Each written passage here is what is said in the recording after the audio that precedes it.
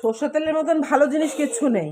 ঠান্ডা লাগলে পরে আমরা এখনো অবধি মানে ওষুধ যা খাই, কিন্তু সর্ষের তেল পায়ের তলায় বা হাতের তলায় ঘষে দিলে বেশ ঠান্ডাটা কিন্তু কমে যায়।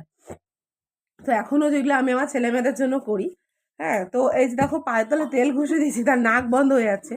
তো তেল ঘষে দিলে পরে কি হবে, চাপা দিয়ে শুয়ে পড়লে নাক বন্ধটা ঠিক হয়ে যায়, নাক বন্ধটা খুলে যায়। তো এখন এই পায়ের তলায় তেল ঘষেছি, তার আবার হাসি দেখেছো, মানে সে হাসছি আর থামছে না তার।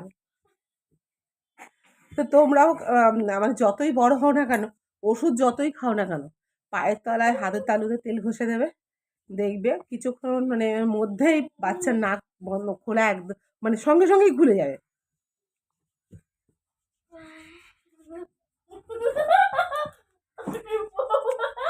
এরকম করলে বলো আমি তেলটা দেবো কি করে?